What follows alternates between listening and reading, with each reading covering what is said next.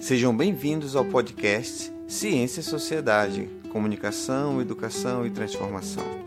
Essa é uma iniciativa de divulgação científica coordenada pelas professoras Melissa Siqueira Saavedra, Maria Eugênia Silva Nunes e pelo pesquisador Marcelo Saavedra, do Departamento de Física da Universidade Federal de Ouro Preto.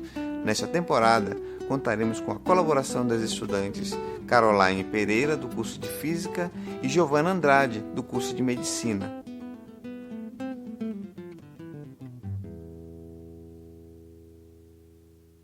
Olá pessoal, sejam bem-vindos e bem-vindas ao nosso segundo episódio do podcast Ciência e Sociedade, Comunicação, Educação e Transformação.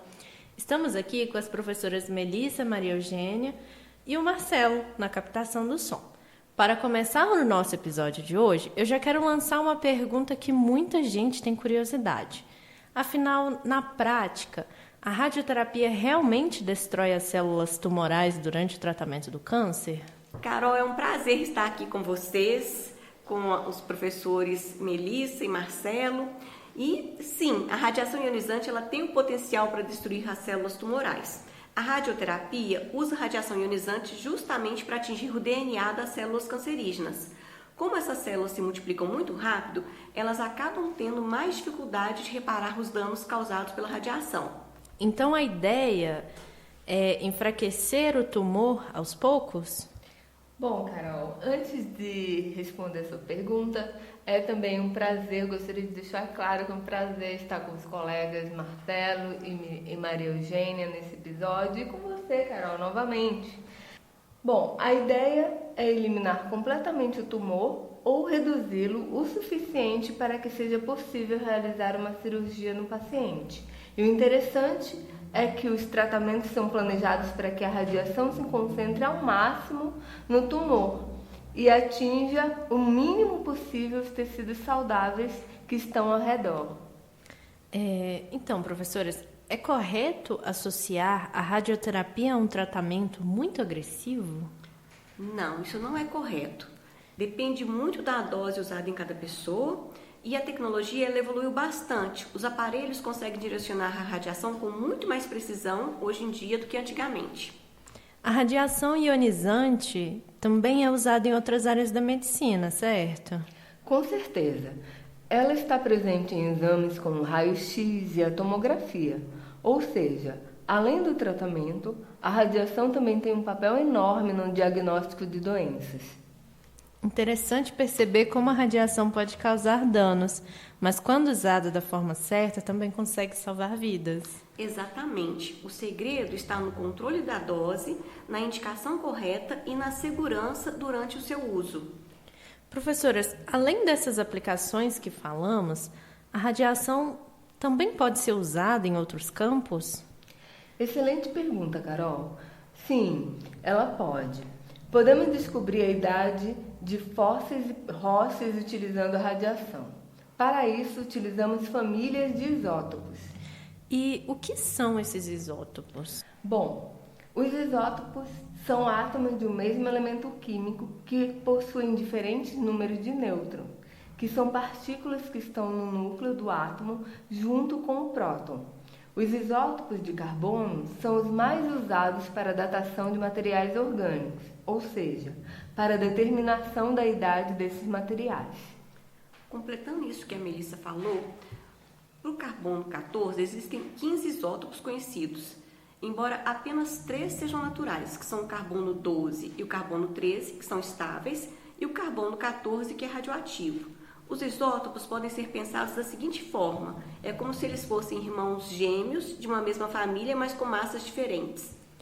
E, professoras, como é feito esse procedimento de datação com o carbono 14?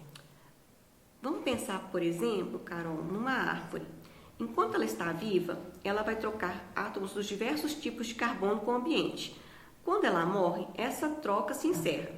Como o carbono 14 decai em outro elemento a emitir radiação, temos que o carbono 14 serve como um medidor de idade, justamente porque a taxa de emissão de radiação diminui com o tempo. Quanto menor a taxa de emissão, menor o número restante de carbono 14 dentro da árvore. Medindo a radiação que restou, podemos estimar sua idade. E outra questão interessante, Maria Eugênia, é que o isótopo de carbono 14 é instável. Ao emitir uma partícula beta-, ele se transforma em nitrogênio 14, que é um isótopo estável. Então quer dizer que o carbono 14 se transforma em outro elemento? Como que isso acontece? Nesse decaimento, um dos nêutrons do núcleo do carbono 14 se quebra em um próton e um elétron. O próton continua dentro do núcleo, aumentando o número atômico do elemento de Z igual a 6, que é o carbono, para Z igual a 7.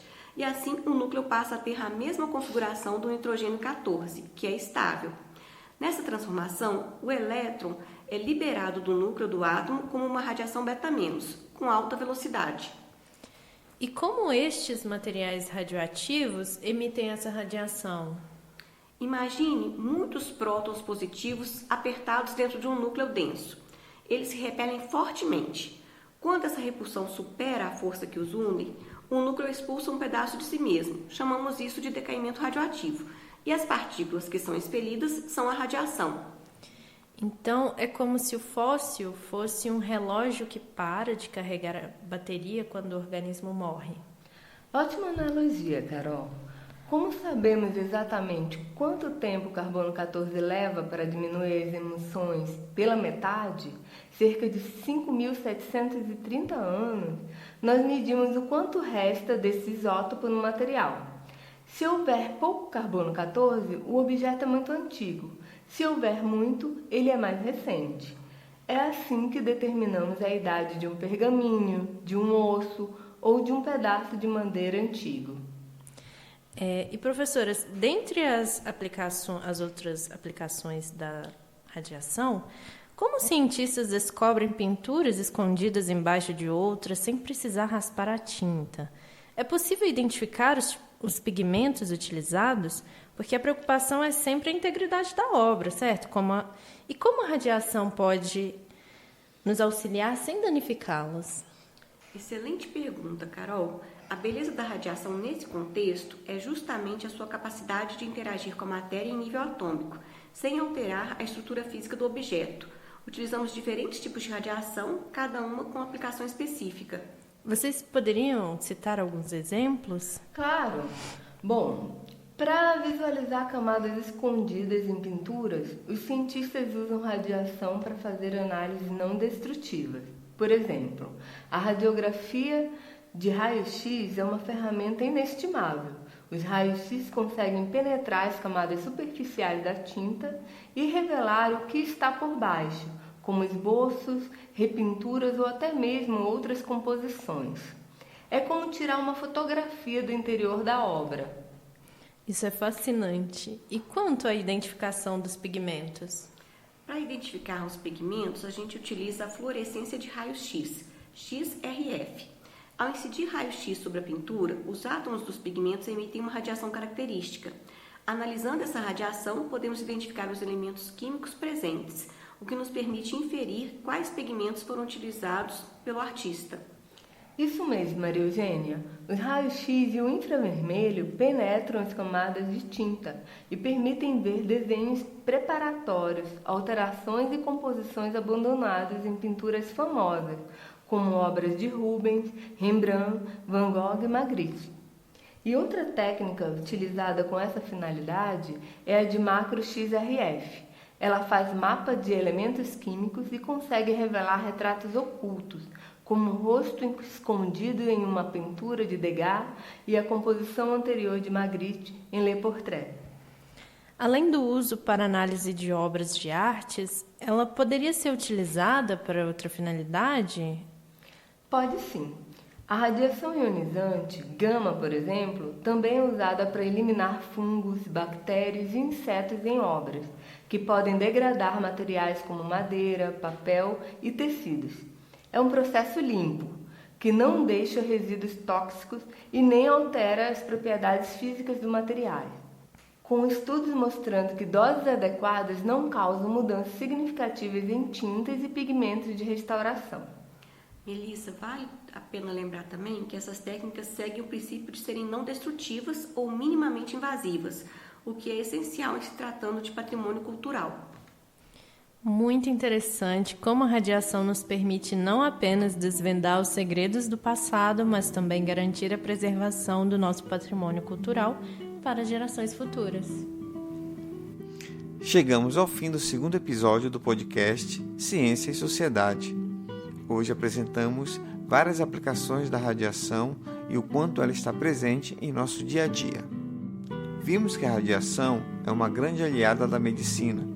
Quando utilizada corretamente, ela não só ajuda no diagnóstico de doenças, mas também se torna uma ferramenta importante no tratamento do câncer, destruindo células tumorais com precisão cada vez maior. Além disso, aprendemos que a ciência usa a radiação como um detetive do tempo, através do carbono 14. É possível descobrir a idade de fósseis e objetos históricos, como se fosse um relógio radioativo. E também discutimos como a radiação pode ser usada para restaurar e proteger obras de arte, revelando segredos escondidos sobre as tintas e eliminando fungos e insetos, sem danificar o nosso patrimônio cultural. Em resumo, com conhecimento e responsabilidade, a radiação pode se tornar uma aliada poderosa, uma tecnologia que transforma a medicina, impulsiona a humanidade e preserva a nossa própria história. Muito obrigado pela companhia e até o próximo episódio.